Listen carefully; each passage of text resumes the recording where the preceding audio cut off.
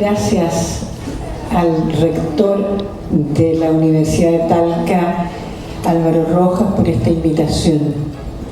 Estoy muy contenta de estar acá con ustedes en esta importantísima universidad pública, en esta joyita de las universidades públicas, como suele decírsele. Me dirijo al señor Intendente de la región del Maule, don Hugo Veloso Castro, señor Gobernador de Talca, don Óscar Vega Rodríguez, señor Presidente de la Ilustre Corte de Apelaciones, don Rodrigo Piel Melgarejo, señores autoridades religiosas, civiles, uniformadas, señor Contralor Regional, don Víctor Fritis Iglesias, señores secretarios regionales ministeriales, señores miembros de la Junta Directiva de la Universidad, señora del rector, señores vicerrectores, señor secretario general, contralor, decanos, autoridades universitarias, académicos, administrativos, presidentes de las asociaciones de académicos y administrativos, presidente de la Federación de Estudiantes de la Universidad de Talca, don Carlos Muñoz Rivera, directivos de centros de alumnos, señor presidente de Federación de Estudiantes Campus Curicó, Enrique Varas, y directivos de centros de alumnos. Estimados estudiantes que se encuentran presentes y estudiantes que ojalá estén escuchando. Señores y amigos, colegas, representantes de medios de comunicación, señoras y señores. Creo que después de escuchar ese excelente discurso inaugural del rector, uno diría que es poco lo que se podría agregar, pero la verdad es que en esto de la educación superior, en esta batalla por la educación superior que yo siento que estamos viviendo, se está desarrollando, hay harto que decir desde diferentes ángulos. A veces faltan las palabras o faltan los datos precisos. Yo lo que he tratado a través de mi vida profesional en los últimos años es de ir recopilando, investigando, indagando de algo que ya consideraba hace algún tiempo que olía mal, que podía terminar mal. Y la verdad, y esto no lo tengo puesto en el PowerPoint, es que siento que, salvo excepciones, tal vez como esta universidad que ustedes han logrado construir, la situación de la educación en Chile es bastante caótica. Más que de un sistema, uno podría hablar de un caos. Ahora bien, yo en esta oportunidad opté por tomar la mirada de por qué hay tanto fuego cruzado en esta batalla, qué intereses hay detrás de lo que se vislumbra o de lo que se escucha en los medios de comunicación. En esta situación de medios de comunicación que es bastante compleja, bastante complicada y poco democrática, con pocos espacios para el debate.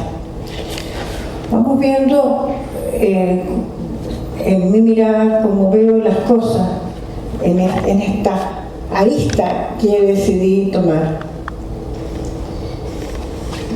Si uno se remonta a los orígenes, podría ser mucho más atrás, ¿no? Pero yo lo situé en ese libro, La privatización de las universidades, una historia de dinero, poder e influencia, que publiqué en 2005, en el golpe militar que marcó un quiebre, que determinó la existencia y la vida de las universidades chilenas.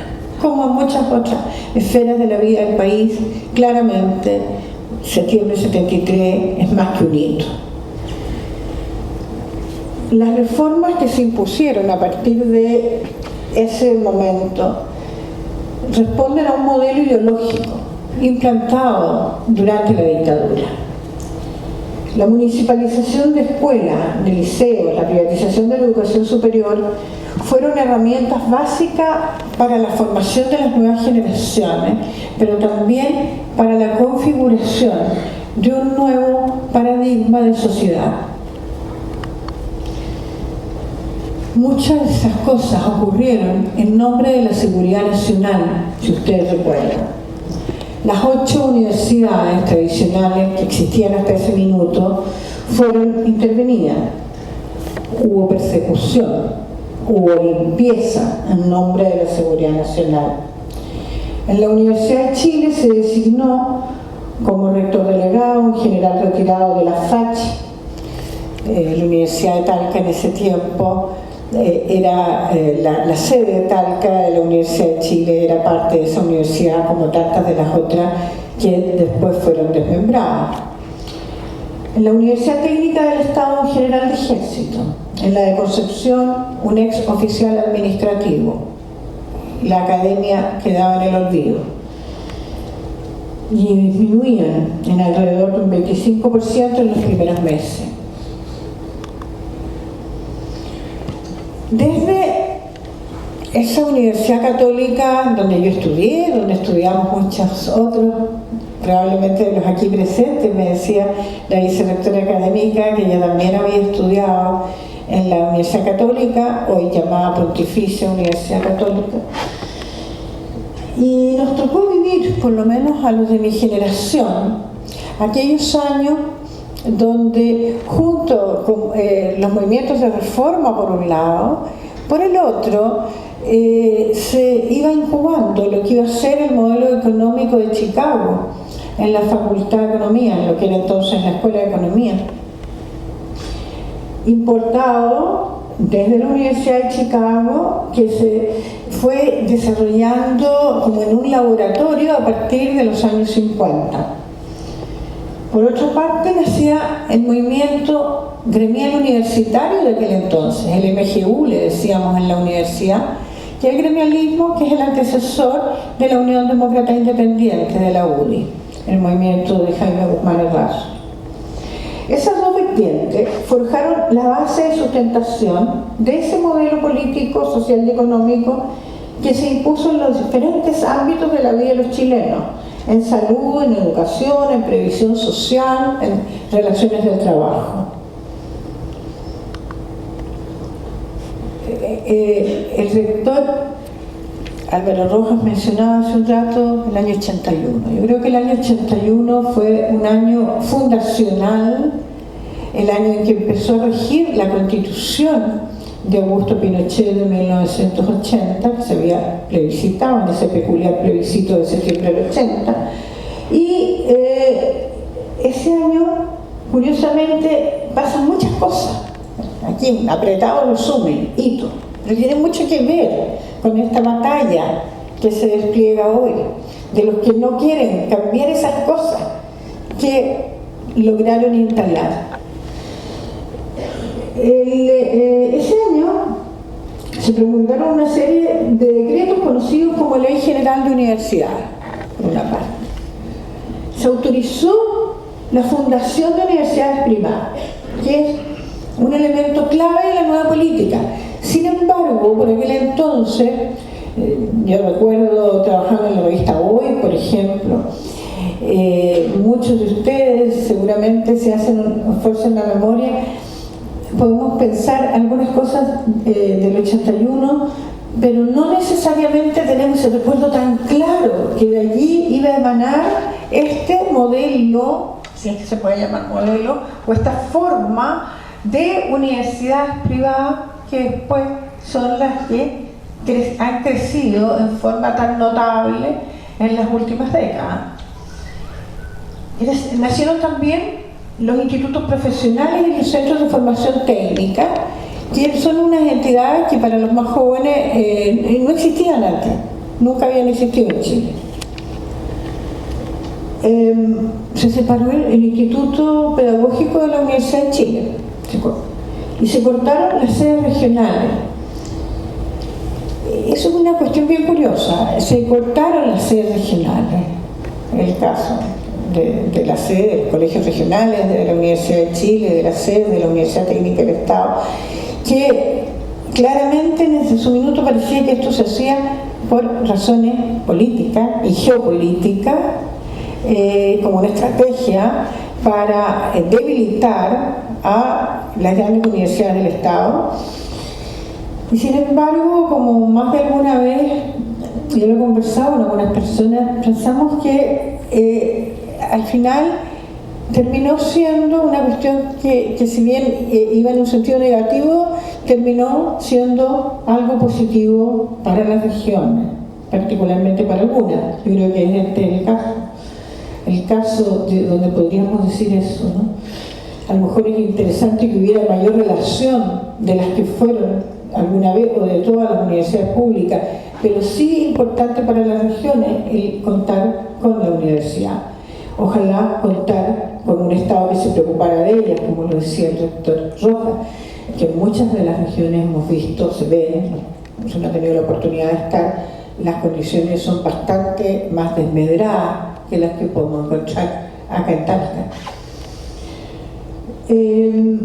También ese año 81 cambió la forma de financiar las universidades, de ahí es donde nace el aporte fiscal directo, el AFI, el aporte fiscal indirecto, el sentido de los créditos para financiar los estudios de los alumnos.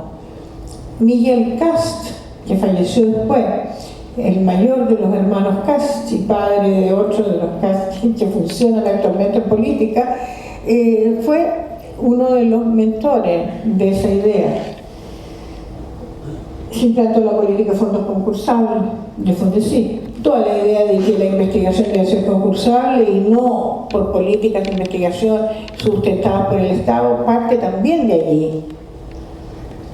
Hoy día todos estamos preocupados de tener Fondesit y se le ve como algo, a ver, más o menos bueno, pero sin embargo nace también de ese sentido privatizador y que tiende después a fomentar una competencia no siempre sana y un individualismo interacadémico bastante complicado para generar grupos de trabajo y para la propia convivencia entre las universidades.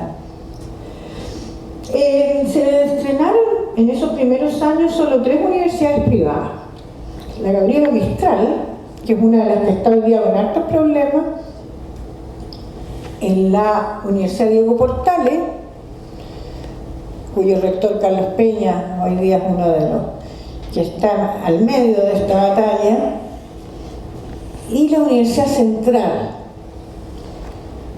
El resto fue creado al final de la dictadura. Una de las razones por las que no se crearon más universidades, probablemente entre el 83 y 84, por allí, fue por la crisis económica que hubo, porque la idea era que los grandes grupos económicos fueran también, así como creaban AFP, así como creaban ISAPRES, también crearan universidades. Como vino la crisis y las protestas sociales, nacionales, a partir del 83, parece que eso desalentó esos proyectos.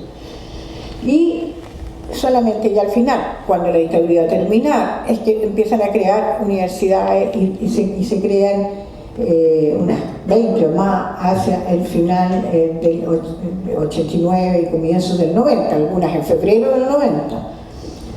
Y el último día de su gobierno, junto con lo que había ocurrido con el Ministerio de Educación, que dejó de ser de Educación Pública, el 10 de marzo del 90 Pinochet dictó la Ley Constitucional de Enseñanza, LOCE, que dejó atado el modelo educacional. Si bien hay una cosa que es interesante, el hecho de que las universidades eran corporaciones sin fines de lucro fue una cuestión que incluso fue en esos tiempos reafirmada por la LOCE. Al parecer, lo que uno investigando, lo que ha podido establecer, para los militares no era concebible que las universidades tuvieran fines de lucro. Por lo tanto, si bien había presiones desde los civiles, desde los Chicago Boys, para que ya cualquiera pudiera tener, y esto del lucro o no lucro no estaba en juego, para sectores militares y otros sectores dentro del gobierno era absolutamente inconcebible. Entonces, primó el que se pusiera por lo menos en el papel sin fines de lucro. Después, como hemos visto, aquello no se ha cumplido. En Chile 60 universidades privadas, 59 podrían ser porque de repente aparecen o desaparecen. La última en crearse fue esta Universidad Araucana, que nació de un instituto profesional y está vinculada a otra de estas corporaciones lucrativas, que es la Caja de Compensación La Araucana. Y es otro tema, pero muy curioso de estos tiempos. La mayoría de ellas, de las 35 privadas, de las 35 privadas o privadas post-81, han hecho un gran negocio, aunque como comentaba, pertenecen a corporaciones que por ley no podían tener fines de lucro. Hicieron, algunas ahora están con complicaciones serias, como lo vamos a ver. Varias de las más conocidas están vinculadas a grupos de poder político o económico forjados en la dictadura, o a quienes fueron ejecutivos o asesores claves de ese gobierno. Hay también algunas que no están preocupadas de ganar plata, no están preocupadas del lucro en ese sentido, de llevarse plata para la casa o para sus otros negocios, pero sí están preocupadas de influir. Y eso es lo que yo en el libro anterior sobre universidades, en el de 2007, cuando hablo del negocio de las universidades me refiero al negocio ideológico también. Y cuando estamos hablando de negocio ideológico, podemos mencionar la Universidad de los Andes, del Opus Dei, que ha crecido en forma también muy significativa, pero de otra manera. Funciona sobre la base de grandes donaciones y ha desplazado incluso a la Universidad Católica en la cantidad de donaciones que recibe de miembros o de simpatizantes del Opus Dei. Uno ve en Santiago las construcciones de la Universidad de los Andes, lo que ha avanzado, su escuela de economía, ahora la clínica que va a inaugurar y sus edificios realmente son muy notables. Está la Universidad de Finisterre, ligada al Legionario de Cristo. La Gabriela Mistral la compró otro grupo religioso muy de ultraderecha. También podríamos decir en otra línea de pensamiento, si se quiere, o dentro de la propia Iglesia Católica, pero está también la Universidad Alberto Hurtado de los jesuitas, y la Universidad Cardenal Silva Enrique de la Congregación Salesiana, hoy por hoy, por citar alguna. También podríamos señalar que de ideológico tiene mucho la Universidad Adolfo Ibáñez, aunque no religioso, pero sí es la universidad ultraliberal por excelencia, me refiero al tema económico sobre todo. O CENI, porque también tiene mucho de lucrativa, la Universidad del Desarrollo, pero que tiene como proyecto político-ideológico muy claro, muy ligado a la Unión Democrática Independiente. Pero todo iba, creían que viento en popa, algunos no lo creían, pero les parecía muy bien cómo iban las cosas, y había la sensación de que estas universidades privadas, y en estos términos, habían llegado para quedarse. Así era la frase que uno escuchaba mucho decir. El gran cambio de escenario, a mi juicio, se produce con el movimiento estudiantil a partir de abril del 2011, que pone las cosas en otro sitio, pone las cosas en otro lugar. Y a todos los que no querían creer, tuvieron que creer. Y la opinión pública, la ciudadanía, a través de encuestas y a través de votos, en la última elección, yo creo, está demostrando que las cosas tal como estaban no les gustan, y que esos cambios profundos que se han planteado, que planteó claramente la presidenta Bachelet en su programa, que se planteó en las elecciones parlamentarias, última y que desde luego se ha planteado en las calles por parte de los estudiantes, aparece como una necesidad. Y si uno lo empieza a ver con ojo, a conversarlo con expertos y empieza a ver de todo lo que está ocurriendo y de todas las investigaciones que se están haciendo en los diferentes planos, de verdad esos cambios aparecen más que necesarios, urgentes, diría yo. Vamos viendo en algunos puntos.